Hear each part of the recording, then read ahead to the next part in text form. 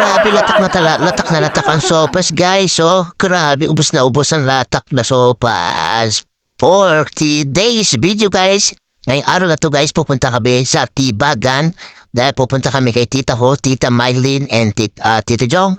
At pupunta kami doon para makapagluto at makakain ng sopas with Zeni Paluga and also Tito Edwin.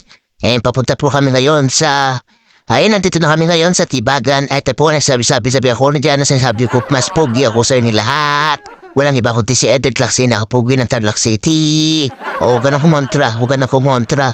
At siyempre guys, ayun na po, nandito na po kami yan sa Tibagan. At siyempre, ayan, hindi wala na yung hiwa-hiwa. Kasi agad-agad, nagluluto na kami ngayon. Ayan, ang nagluluto po pala ngayon, ang aming Tita Myle na si friend si Senica Bilbil. Ayan, hello daw, sabi si Senica Bilbil. At sila po ang Tita Mylene, ang bunsong anak ni Apong Ne. Ayan, si Lola ko. At siya po tagluto dito sa bahay po nila yan, okay? Nagluluto po siya ng sofas. Ang sabi ko sinashoutout mo, bahala ka, sabi niya sa akin. Kaya ang ginawa ko, ako na lang po doon sa shoutout daw sa mga kapatid niya. Ayan, Lisa, Jelly, Julie, at saka si Joey, at saka si Napamukha. At tinikman ko nga yan, tikman nga natin kung anong lasa ng sopas na yan, kung mansarap ba o hindi, manyaman ba? Di masarap. Di joke lang. Masarap guys. Masarap siya siyempre. At kami po ay nakapag-set ng gano'n kung anong lasa. Kami po pala ang nakapag-set ng sopas para makapagkain kami ng sopas. Siyempre at kumukulo yung sopas.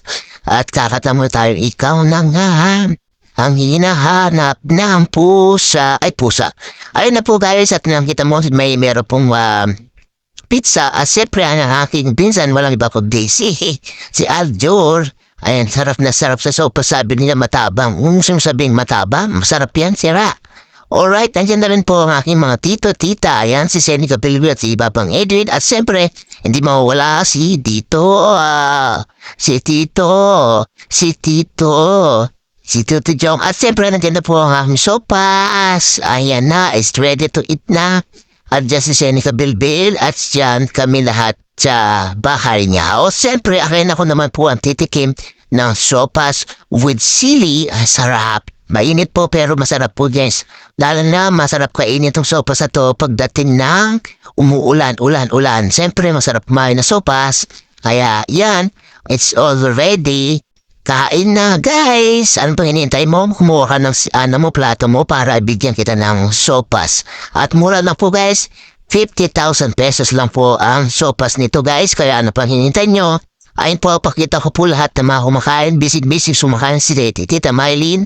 Ayun po sila, oh. Sarap ng kain yan. Yummy daw, sabi ni Senica Bilbil. Ayan po ang aking sopas. Ako po yung magtatapos na po sa inyo lahat, guys. Yummy ng sopas. Gusto mo kumain?